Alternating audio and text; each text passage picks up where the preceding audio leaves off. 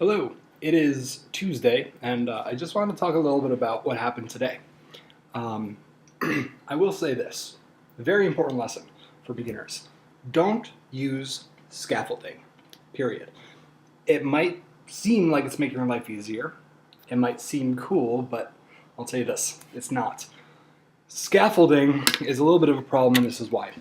It looks like magic, it seems like magic, because it creates what you presumably want to create.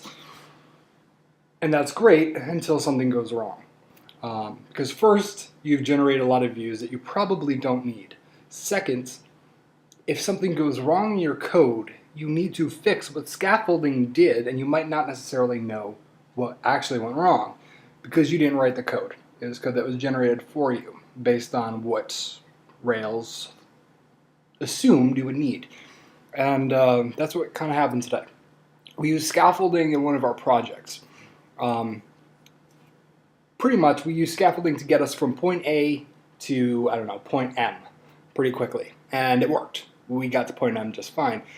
What broke down was getting from point M to point Z. And there were a lot of steps that we needed to do between those 2 points, all of which is complicated by scaffolding. So we actually spent most of the class today just trying to fix problems that scaffolding created for us. So it was a lesson for us on how not to use scaffolding. And kind of on a more meta note, the shortest way, I guess, isn't necessarily the best way. I know they say the shortest point from A to B is a straight line. And that might be true mathematically. But what happens if that straight line goes through a swamp? Or that straight line goes through, I don't know, a desert or somewhere you don't want to go? It might not be the quickest. It might seem that way at first, but just because you're on that path and it's a straight line doesn't necessarily mean that you're going to reach the end any quicker. So, yeah, don't use scaffolding. And that's Tuesday. I'll talk to you on Wednesday.